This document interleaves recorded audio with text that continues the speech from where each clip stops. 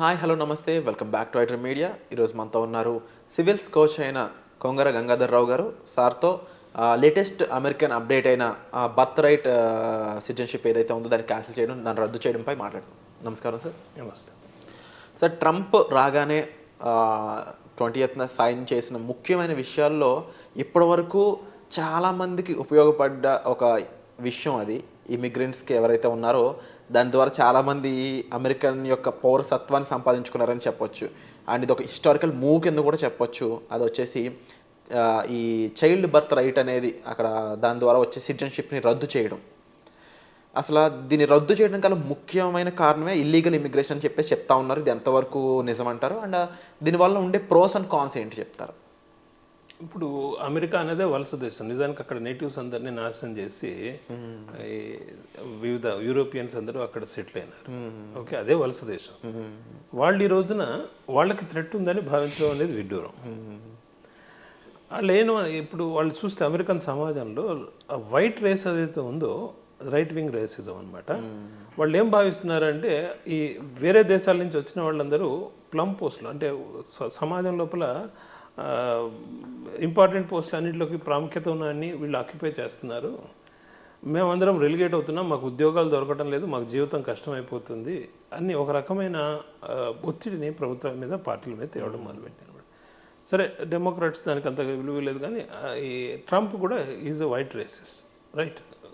Make America great again అనే నినాదం ఒక సైడ్ అయితే, రెండో వైపు ఏంటి అంటే వీళ్ళ మద్దతు అంతా కూడా ట్రంప్కి ఉందన్నమాట. సో దాంట్లో ఎన్నికల లోపల అతను చేసిన వాగ్దానాల్లో ఒకటి ఏంటంటే బర్త్ రైట్ మీద సిటిజన్షిప్ రావడం అనేది నేను రద్దు చేస్తానన్న. సో దాని ప్రకారం అతను ఏదైతే ఎన్నికల్లో వాగ్దానం ఇచ్చాడో ఈ బర్త్ రైట్ సిటిజన్షిప్ రైట్ రద్దు చేశాడు. దీంట్లో ఏమవుతుందంటే ఒకటేమో ఇమిగ్రెంట్స్ రెండు రకాలు, legal immigrants, illegal immigrants. So ఒకటి ఇల్లీగల్ ఇమిగ్రెంట్స్ అందరినీ బయటకు పంపిస్తాను అంటున్నాడు. బయట పంపిస్తే మరి ఇల్లీగల్ ఇమిగ్రెంట్స్కి పుట్టిన పిల్లలు ఎక్కడ ఉండాలి? పుట్టిన పిల్లలు అమెరికాలో పుట్టారు. By birth they have the right.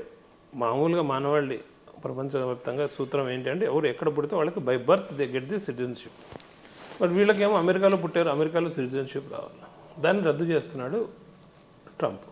So ఎన్నో ప్రశ్నల్ని ఇది ఉత్పన్నం చేస్తుంది. ఎందుకంటే ఇల్లీగల్ ఇమిగ్రెంట్స్ అందరినీ నువ్వు పంపించేసినప్పుడు, వాళ్ళతో పాటు వాళ్ళ పిల్లల్ని పంపించినప్పుడు వాళ్ళకి మీరు ఏ దేశానికైతే వాళ్ళని పంపిస్తున్నారో వాళ్ళకి అక్కడ బర్త్ రైట్ ఉండదు కదా. సో 1.1. ఇకపోతే నాట్ ఓన్లీ ఇల్లీగల్ ఇమిగ్రెంట్స్ పిల్లలే కాదు, తాత్కాలికమైన వీసాల మీద వెళ్ళి మన వాళ్ళు చదువుకోవడానికి ఉద్యోగం చేయడానికి వెళ్ళి అక్కడ పిల్లల్ని కంటున్నారు. అంటే వీళ్ళు లీగల్ ఇమిగ్రెంట్స్లో భాగం. వీళ్ళ పిల్లలకు కూడా బర్త్ రైట్ రద్దు చేశారు. సో దీనివల్ల ఏమవుతుంది అంటే ఇంతకాలంగా మన వాళ్ళు ఏదైతే సేఫ్టీ సెక్యూరిటీ ఫీల్ అయినారో అమెరికా సమాజంలో. సో అమెరికా అంటే ఏంటి? ల్యాండ్ ఆఫ్ ఆపర్చునిటీస్ అని. It is no man's land. నిజం చెప్పాలంటే నేటివ్స్ ల్యాండ్ అది. నేటివ్స్కి దాదాపుగా రకరకాల అంటే 2-3 శతాబ్దాలుగా వాళ్ళని నాశనం చేసేసారు. కొద్దిగా మైనారిటీ అయిపోయారు వాళ్ళు.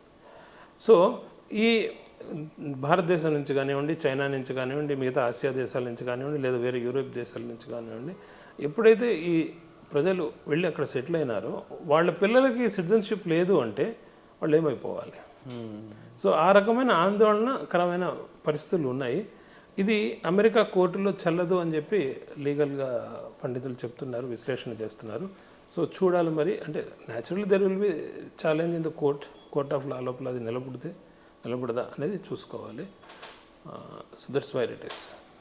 అండ్ ముఖ్యంగా ఇందులో కూడా తల్లి లేకపోతే తండ్రి ఎవరో ఒకరు అమెరికన్ సిటిజన్ అయితే మాత్రం వాళ్ళ పిల్లలకి సిటిజన్షిప్ అనేది దొరుకుతుందని కూడా చెప్పడం జరిగింది. అండ్ వీటితో పాటుగా ముఖ్యంగా సార్ అక్కడ చాలామంది మీరు చెప్పిన విధంగా ఇమిగ్రేషన్తో వచ్చిన వాళ్ళే, నేటివ్ అమెరికన్స్ అనే వాళ్ళు ఎవరు లేరు, టు బి ఫ్రాంక్. అయితే ఆ కంట్రీలో మేజర్గా ఇప్పుడు 70% ఇండియన్సే అని చెప్పేసి ఏది H1స్లో ముఖ్యంగా ఈ కోటా అనేది ఇకపై తగ్గే ఛాన్స్ ఉందంటారా?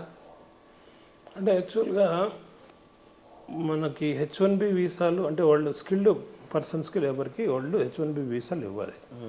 ఇదివరకు గతం లోపల లాటరీ సిస్టమ్ ఉండేది. ఏ దేశానికైనా చెందిన వాళ్ళైనా లాటరీ సిస్టంలోకి వచ్చేది. మన దేశం నుంచి చదువుకోవడానికి స్టూడెంట్ వీసా మీద వెళ్ళిన వాళ్ళు ఎక్కువ మంది కాబట్టి H1B వీసాలు న్యాచురల్గా మన వాళ్ళకి వచ్చేవి. కానీ ఆ మధ్య ఏం చేశారు అంటే కంట్రీ క్యాప్ అని పెట్టారు. అంటే ఈ దేశానికి ఇంతకు మించి ఈ పరిమితికి మించి వీళ్ళకి H1B వీసా ఇవ్వకూడదు. సో దానివల్ల మన వాళ్ళు బాగా నష్టపోయినారు అనమాట. సో అలా చేయడం అనేది ఒక ప్రాబ్లం మనకి. ఇంకా ఇంకో ప్రశ్న ఏదో అడిగారు మీరు, అంటే ఈ కోట తగ్గే ఛాన్స్ ఉందా అనేది. ఇది బర్త్ రైట్ తీసేయడం వలన బర్త్ రైట్ తీసేయడం వల్ల అయి ఉండొచ్చు, లేకపోతే ఎందుకంటే ఇప్పుడు H1s మీద ఎవరైతే వెళ్ళారో వాళ్ళకి ఇంకా సిటిజన్షిప్ లేనట్టే. అయితే ఆ వర్కింగ్ వీసా మీద చాలా మంది వాళ్ళ ఫ్యామిలీని తీసుకెళ్తా ఉంటారు. వాళ్ళు అక్కడ పిల్లలకి అనడానికి కూడా స్కోప్ ఉంటుంది. వాళ్ళు లీగల్ ఇమిగ్రెంట్స్ అని చెప్పలేము, అలా అని చెప్పేసి సిటిజన్స్ అని కూడా చెప్పలేము. సో ఇంతకు ముందు వీళ్ళకి పిల్లలకి పుట్టితే ఆ రకంగా చాలా మంది సిటిజన్షిప్ సంపాదించుకునే వాళ్ళు, ముఖ్యంగా ఇండియన్స్. అది ఇప్పుడు చాలా వరకు తగ్గిపోయే ఛాన్సెస్ ఉన్నాయంటారు కదా. ఇప్పుడు ఈ ఇమిగ్రెంట్స్కి అమెరికన్ సిటిజన్షిప్ అనేది చాలా రేర్గా, చాలా 15-20 సంవత్సరాల తర్వాత కానీ దొరకదు అన్నమాట. ముందు గ్రీన్ కార్డ్ వస్తుంది, ముందు H1B వీసా, H1B వస్తే ఏదో ప్రాసెస్లు అన్నీ అయిన తర్వాత గ్రీన్ కార్డ్ తర్వాత వాళ్ళకి సిటిజన్షిప్ వస్తుంది. సో అప్పటి వరకు పిల్లల్ని కనకుండా ఉండలేరు కదా. సో మరి వాళ్ళ పిల్లలు ఏమైపోవాలి? ఖచ్చితంగా వాళ్ళకి ఇబ్బందికరమైన పరిస్థితులే కదా. సో చాలా, ఎందుకంటే అమెరికాలో అంటే ఎవ్రీవన్ నోస్ అది ఎంత కాస్ట్లీయెస్ట్ కంట్రీ అనేది. అక్కడ డాలర్స్లో ఎర్న్ చేసినా కూడా అక్కడ ఖర్చులు కూడా అంతే విధంగా ఉంటూ ఉంటాయి. అలాంటప్పుడు అక్కడ పిల్లల్ని చదివించడం అయి ఉండొచ్చు, అక్కడ వాళ్ళ హెల్త్ కేర్ అయి ఉండొచ్చు.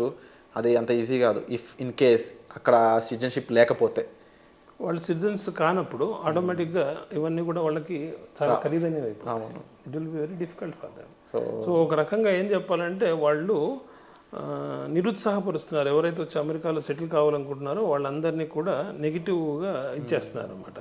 But at the same time మనం చూస్తే కనుక ఎలాన్ మస్క్ కానీ లేదు రామస్వామి కానీ వీళ్ళు చెప్పేది ఏంటి అంటే మనకి there is a death of, అంటే మనకి డెఫిషియన్సీ ఉంది స్కిల్డ్ వర్కర్స్ని. అమెరికా గ్రేట్ కావాలంటే స్కిల్డ్ వర్కర్స్ మనకు కావాలి. స్కిల్డ్ వర్కర్స్ కావాలంటే లీగల్ ఇమిగ్రెంట్ తెచ్చుకోవాలి. ఓ పక్క లీగల్గా స్కిల్డ్ వర్కర్స్ని తెచ్చుకోవాలంటూనే వాళ్ళకి అక్కడ కండిషన్స్ లివబుల్గా చేయకపోతే నోబడి విల్ గో దేర్. అంటే సార్ గవర్నమెంట్ ఒకటి ఉంటుంది, హానెస్ట్ ఆఫీసర్నేమో తీసేస్తూ ఉంటారు, తర్వాత ఎవరైనా హానెస్ట్ ఆఫీసర్ని తీసుకురంటారు అంటే వాళ్ళు ఉంటారు, వాళ్ళు దొరకరు కదా. సో ఇప్పుడు లీగల్ ఇమిగ్రెంట్స్ వెళ్ళాలి అక్కడికి, స్కిల్డ్ లేబర్ వెళ్ళాలి అంటే వాళ్ళకి అనుకూలమైన పరిస్థితులు ఏర్పరిస్తేనే కదా. అదేమంటారు చూసారా, నోటితో ఇది రమ్మంటూనే మీద కళ్ళాపి జరగడం అనమాట. ఇంట్లోకి రమ్మంటారు, మీద కళ్ళాపి జల్లితే ఎవడిపోతాడు. సో అమెరికా అనేది ల్యాండ్ ఆఫ్ ఆపర్చునిటీస్ కాబట్టి సరే అక్కడ ఖర్చులు ఎక్కువైనా కూడా still the earning which they earn there they will be sufficient to live happily after that. But ఆ అవకాశమే లేకుండా చేస్తే ఇప్పుడు ఆల్ సెడ్ అండ్ డన్ మన వాళ్ళందరూ కూడా కుటుంబము ఫ్యామిలీ వాల్యూస్ ఉన్నవాళ్ళు పిల్లల కోసమే కదా కష్టపడేది. ఆ పిల్లలకే భవిష్యత్తు లేదు అంటే ఎవరు పోయి అక్కడ సెటిల్ అవుతారు? That will be difficult. అంటే ముఖ్యంగా ఈ అప్డేట్ పై మరి అక్కడ ఉన్న యుఎస్ కాలక్రమేణా మనకి దీని మీద ఇంకా మరింత స్పష్టత వస్తుంది. అవును సార్.